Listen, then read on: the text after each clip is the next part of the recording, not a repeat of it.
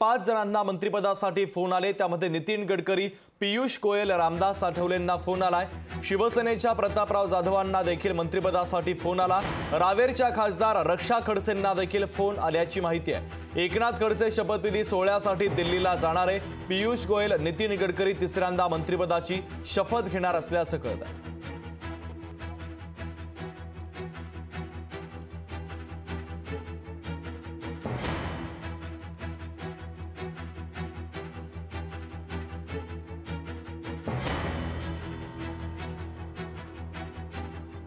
तर महाराष्ट्रातील 5 जणांना मंत्रिपदासाठी फोन आल्याचं कळतंय। भाजपचे नितीन गडकरी, भाजपचे Piyush Goyal, Republican party of इंडियाचे रामदास आठवले,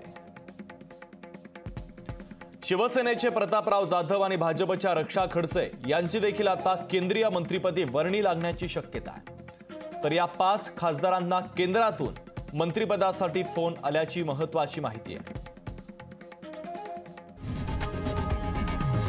लोकशाही मराठी ऐका, पहा, जागरूक रहा।